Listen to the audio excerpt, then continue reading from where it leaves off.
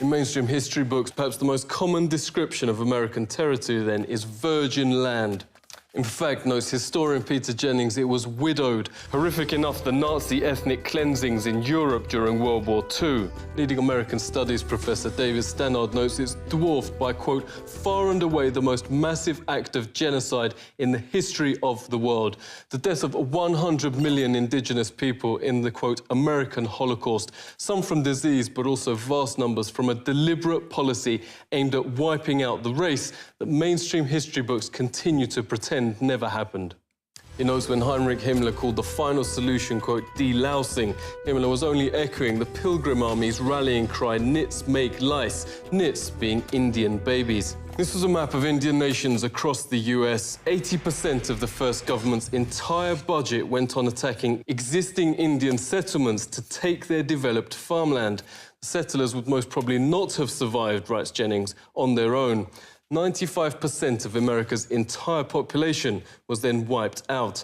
American Holocaust notes there is documented evidence of colonist leaders going town after town, deliberately killing all men, women and children. Yet school texts and history books remain silent. Orders came from the very top.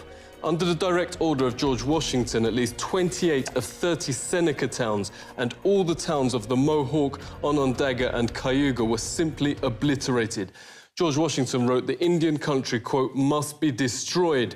Thomas Jefferson called to, quote, pursue Indians to extermination. Nobel Peace Prize winner Theodore Roosevelt called beneficial the eradication of the native race. Stannard notes genocide was official public policy. California Governor Peter Burnett in his 1851 message to the legislature. Extermination must continue to be waged until the Indian becomes extinct. Another governor issued the public proclamation to, quote, pursue, kill and destroy all Indians. A witness notes the ensuing bloodbaths practically wiped out the native race. The whites shoot them down like wolves, men, women and children, wherever they could find them.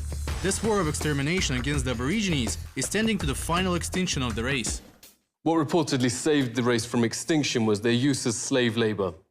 This extermination policy has proved so injurious to the interests of the whites. Indian labour is indispensable. Highly prized slaves were Indian girls as young as 3, said the Marysville Appeal, for fulfilling double roles of labour and of lust. Phil Lane Jr. is hereditary chief of the Hankton One First Nation. Phil, really great to see you. What facts are being airbrushed out of history? Practices were that sometimes you don't want to speak about. And they not only wiped out most of the people, but the way they did it, the greatest loss of people at any time in history.